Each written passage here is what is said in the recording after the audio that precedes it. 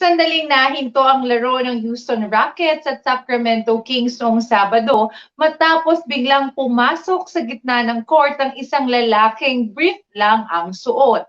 Ayon sa ulat, hindi sa gitna ng timeout tumakbo sa court ang lalaki, kung hindi habang naglalaro ang dalawang koponan. Pagdating nito sa gitna ng court ay nagsasayaw pa ito. Bukod sa brief, may suot na sapatos at mahabang medyas ang lalaki na agad na sinunggaban ng mga security personnel. Binuhat din siya ng mga ito palabas ng court na sinabayan ng hiyawan ng crowd.